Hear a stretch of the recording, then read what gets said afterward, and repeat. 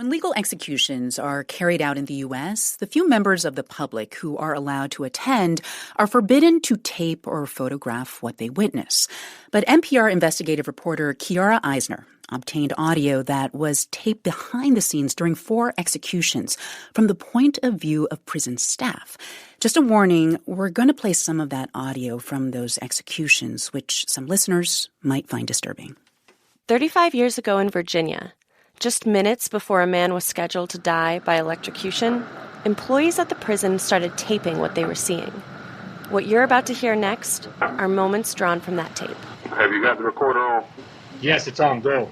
This is the first time any part of that audio has been played for the public. The inmate is being removed from the cell, being led to the chamber. The inmate is now strapped into the chair. The first charge has been applied. These kinds of recordings are typically closely guarded by the government. I didn't get these from the prison, though. I found them in the Library of Virginia. But even there, the records had been kept hidden for more than a decade. Roger Chrisman is one of the state archivists. So we have erroneously restricted them. So the tapes were restricted until I asked for them? Essentially, yes.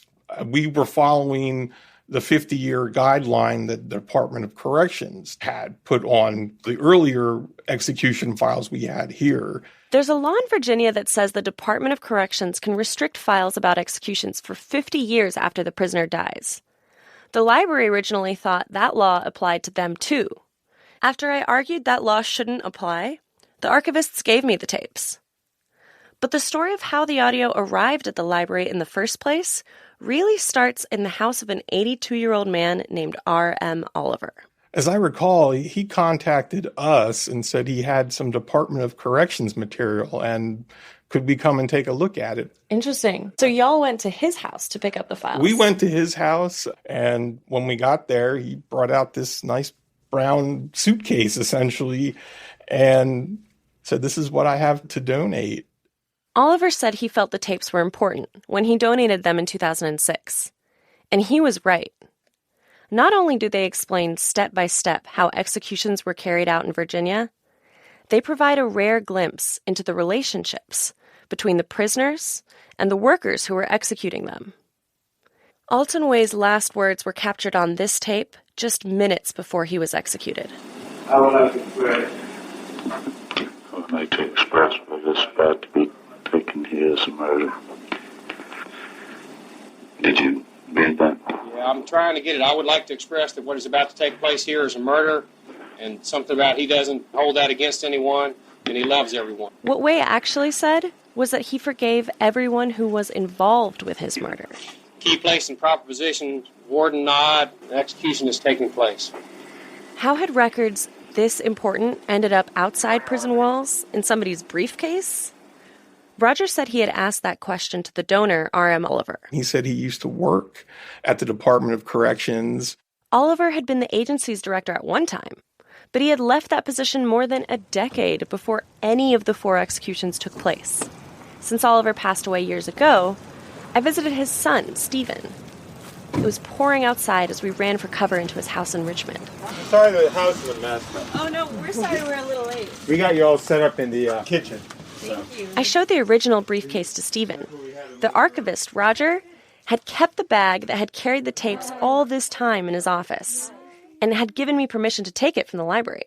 Does this look like something your dad would have? I don't even remember seeing that briefcase. He may have had it hidden in a closet somewhere.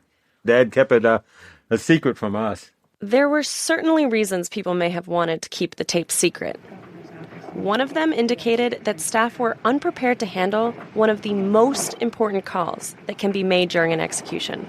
Mr. Rangi, yes. Get 306 clear. The governor's office is calling. The governor is the only person with the power to save the prisoner's life, even at that final moment. Debbie, they're strapping him in the chair. Hold on a minute. For more than 2 minutes, they struggled to connect the phone call from the governor as the prisoner sat strapped to the electric chair, just waiting. Hang that line. Hang it up. Tell him we'll call him back. Boggs ended up being executed. The governor hadn't wanted to save his life. Had he felt differently, though, Virginia could have come close to executing a man the governor had pardoned. But the last tape in the briefcase revealed an even more serious oversight. The state may have tried to cover up key parts of the execution of a black man named Wilbert Lee Evans.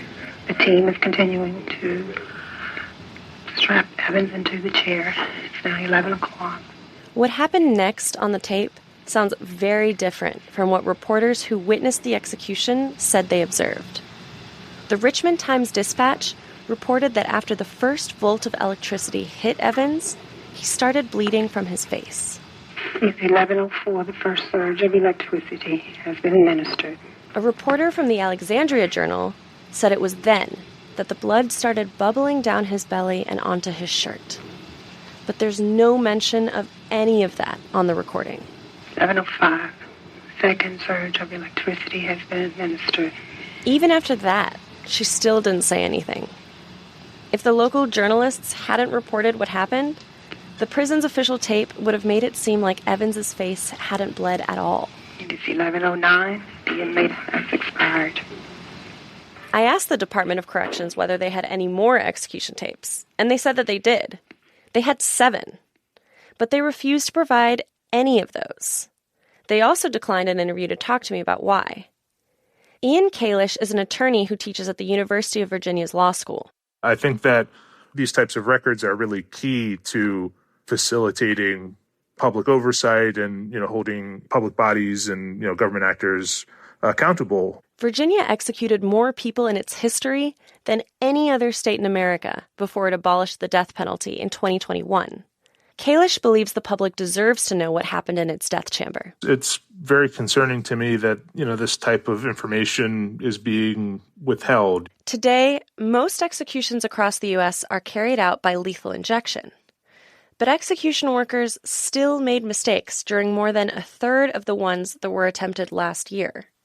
Blair Andres leads the U.S. death penalty casework for a nonprofit called Reprieve that advocates against lethal injection. States have increasingly resorted to secrecy in the execution process. Last year, Alabama took more than 3 hours to execute Joe Nathan James Jr. The staff said nothing out of the ordinary happened. But Reprieve helped arrange an autopsy of his body. It showed multiple bruises and puncture wounds. I reached out to the Alabama Department of Corrections for comment on the autopsy results, and they didn't reply. Blair says the state's lack of transparency is suspicious. If the state is doing everything correctly, then they shouldn't have anything to hide. So it does raise the question, what is the state trying to cover up? That's also a question in Virginia. As long as the Department of Corrections refuses to release the rest of the execution tapes, the public won't know the answer. Chiara Eisner, NPR News, Richmond.